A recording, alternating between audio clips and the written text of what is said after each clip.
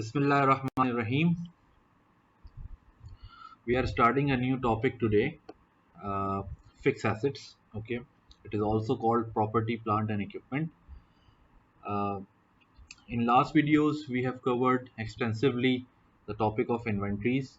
Now, this is a new topic that we are studying today.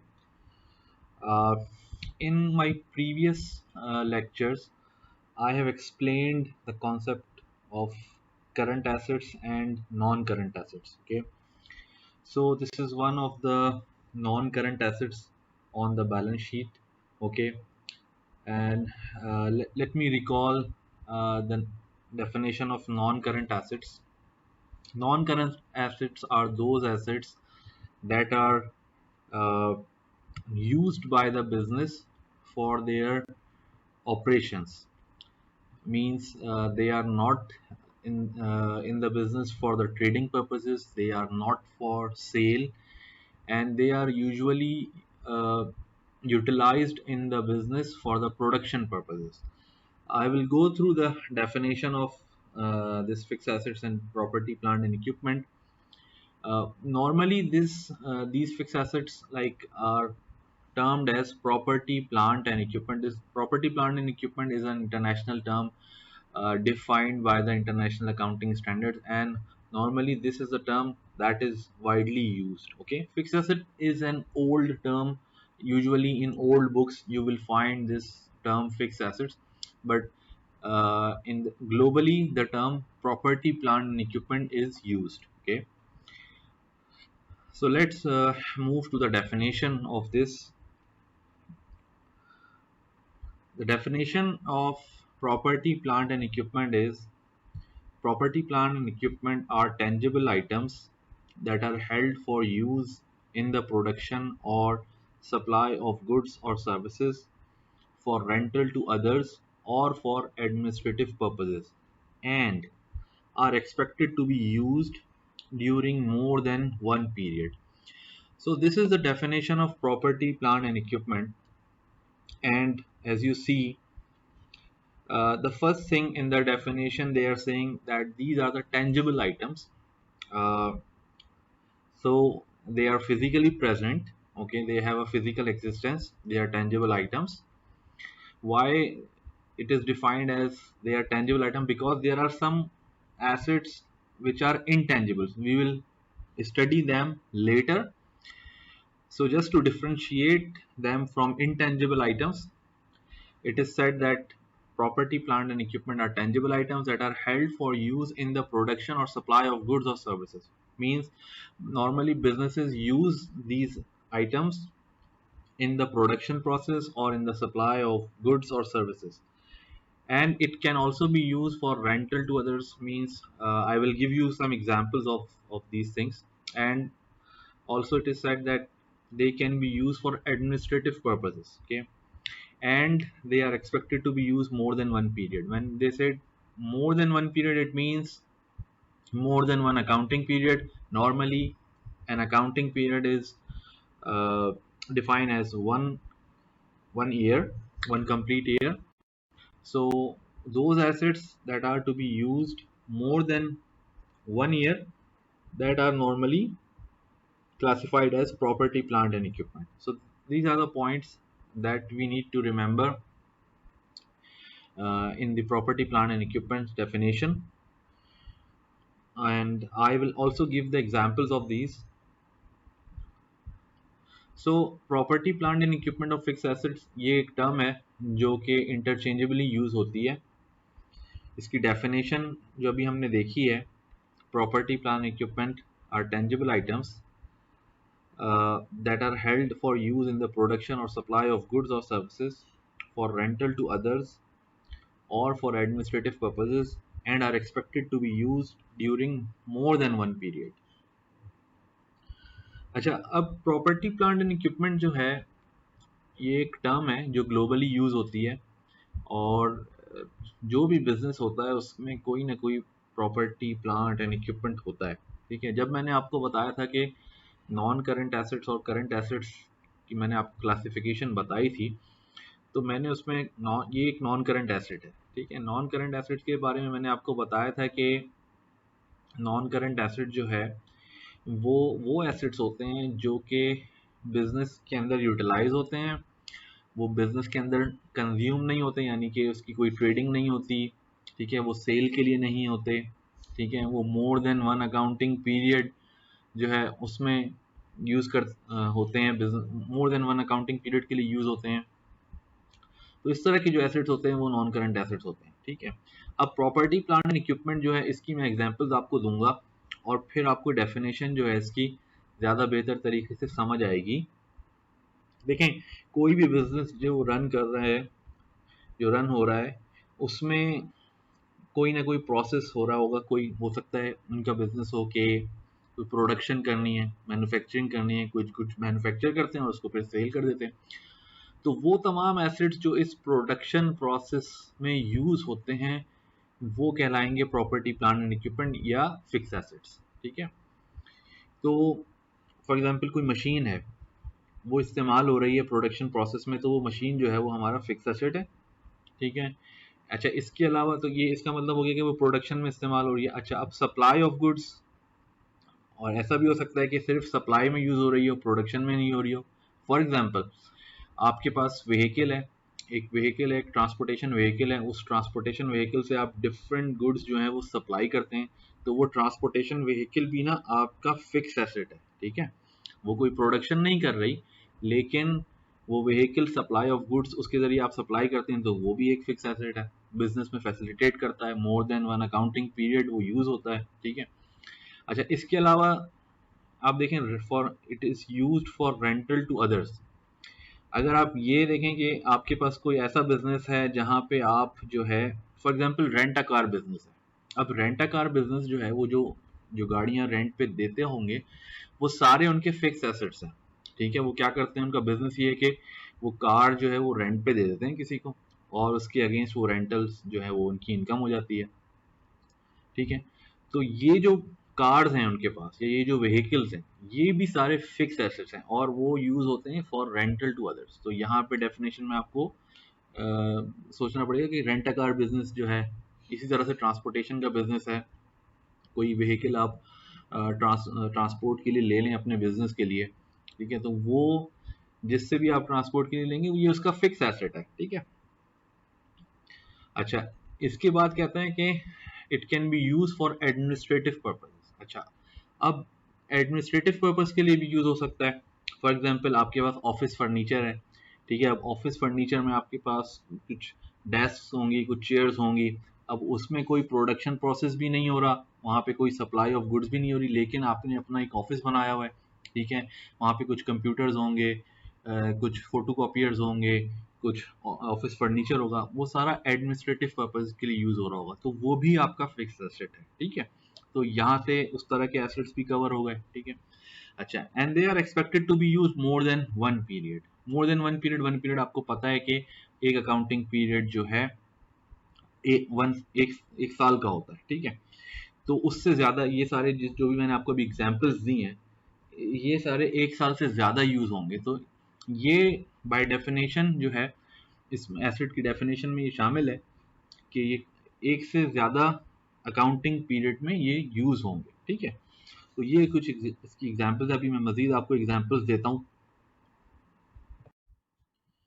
तो definition अभी हमने देखी, अब हम इसकी कुछ एग्जांपल्स देखते हैं। अब देखें कि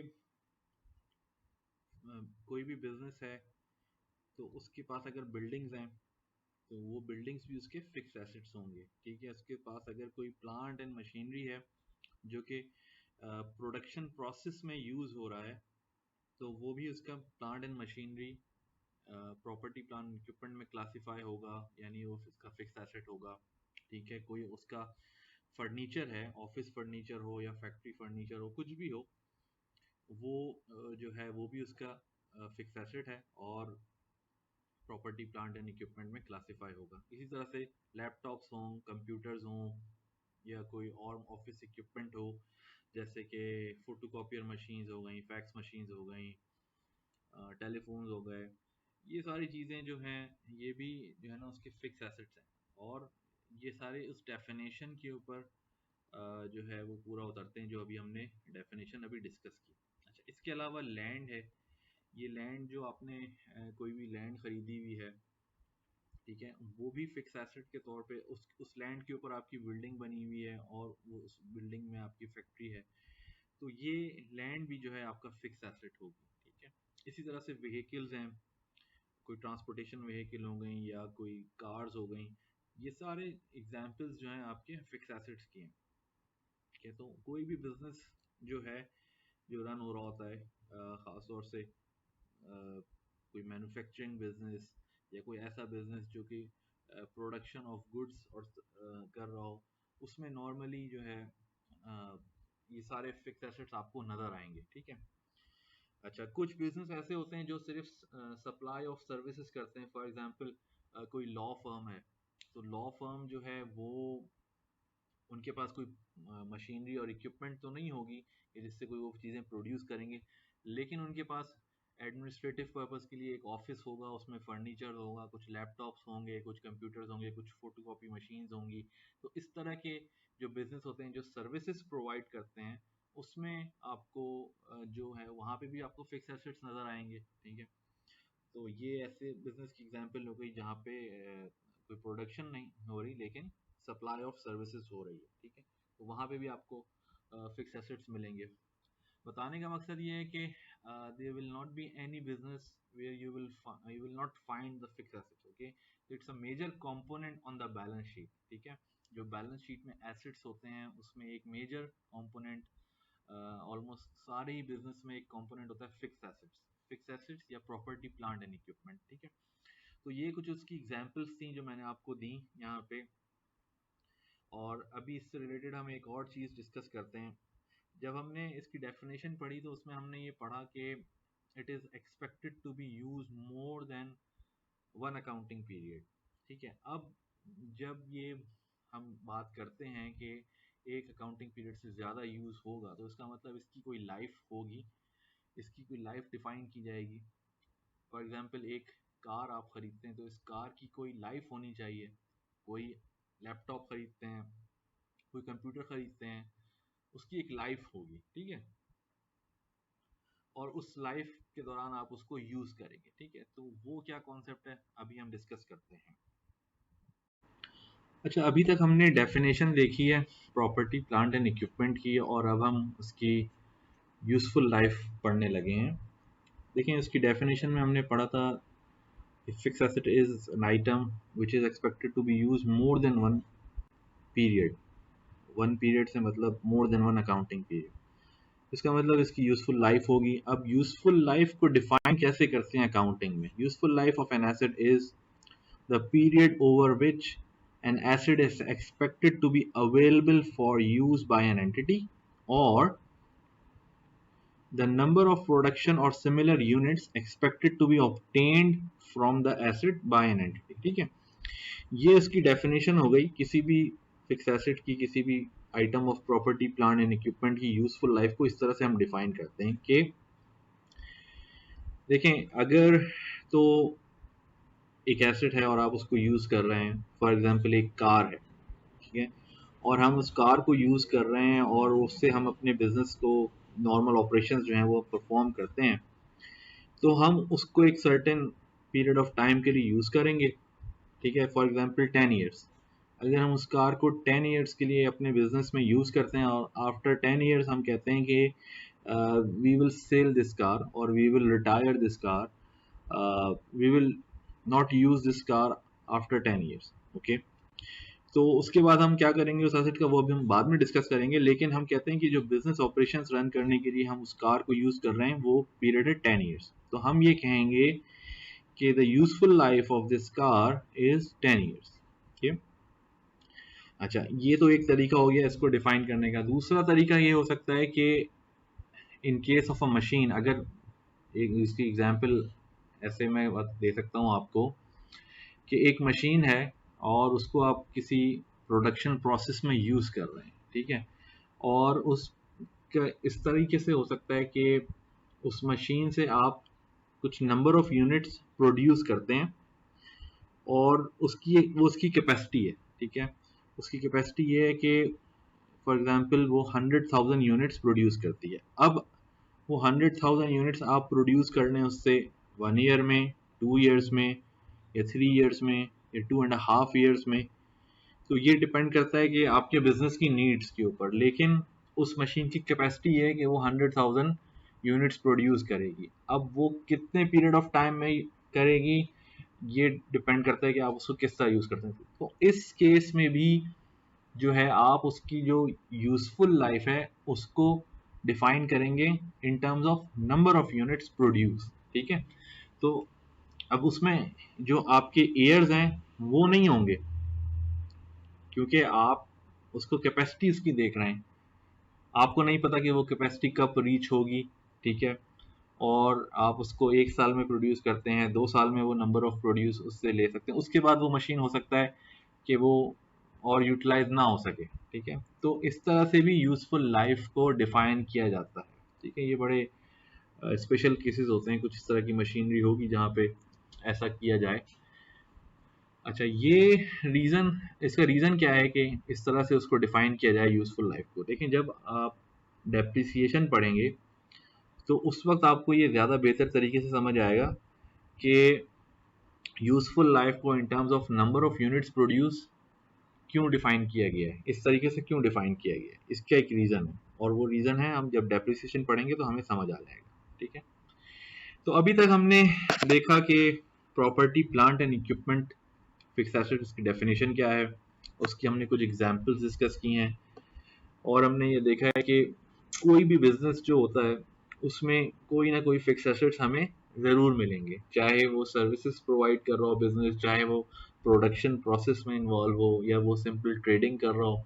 तो वहाँ पे कहीं ना कहीं हमें जो है फिक्स एसेट्स जो है वो ज़रूर मिलेंगे, और प्रॉपर्टी, प्लांट एंड इक्विपमेंट वो मिलेगा हमें। ठीक है, उसकी एग्जांपल्स हमने देखी हैं। ठीक है, तो ये डिस्कशन है हमारी आज की इस वीडियो में। ठीक है, और ये टॉपिक हमने स्टार्ट किया है। अब हम इसको देखेंगे नेक्स्ट वीडियोस में कि जब हम इसकी अकाउंटिंग हमें क्या करनी है और कौन कौन से स्टेजेस पे हमें इसकी अकाउंटिंग करनी है। सबसे पहला स्टेज तो यही होगा कि जब कोई एसेट परचेज किया जाए, ठीक है, तो उसकी अकाउंटिंग कैसे होगी, और फिर उसको किस वैल्यू पे रिकग्नाइज किया जाए, उसकी कॉस्ट क्या होगी, ये भी हम देखेंगे आने वाली वीडियोस में। सो ये एक इंट्रोडक्शन थी। ठीक है, इस वीडियो में एक इंट्रोडक्शन थी प्रॉपर्टी, प्लांट एंड इक्विपमेंट की, जो हमने देखी। नेक्स्ट वीडियोस में इसकी मजीद डिटेल्स को हम डिस्कस करेंगे। So in this video, we have started a new topic, fixed assets or property, plant and equipment. We have looked upon the definition of property, plant and equipment, and we discussed some of the examples. So we discussed that almost all the business are having fixed assets. Okay, whether it is production, the business is engaged in production process, or it is only for the supply of services. So every business will have fixed assets on its balance sheet. Okay, so we have covered the definition.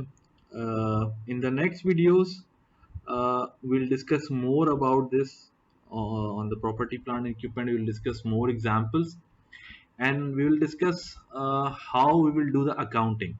And accounting will start from the step that whenever an item of property, plant and equipment or fixed asset is purchased, and how we will record that in the books of accounts. So accounting will start from that point. So we will see how accounting will happen, and we'll also see the amount at which we need to recognize the fixed assets, which will be the cost of the fixed asset. So we'll do a lot on this topic. Okay, so we'll discuss this topic of property, plant and equipment in much detail. Okay, as we covered our previous topic, which was inventory, and there will be many videos on this topic. Uh, so I'm concluding this video here. If you have not subscribed the channel, kindly subscribe this channel. Okay, thank you.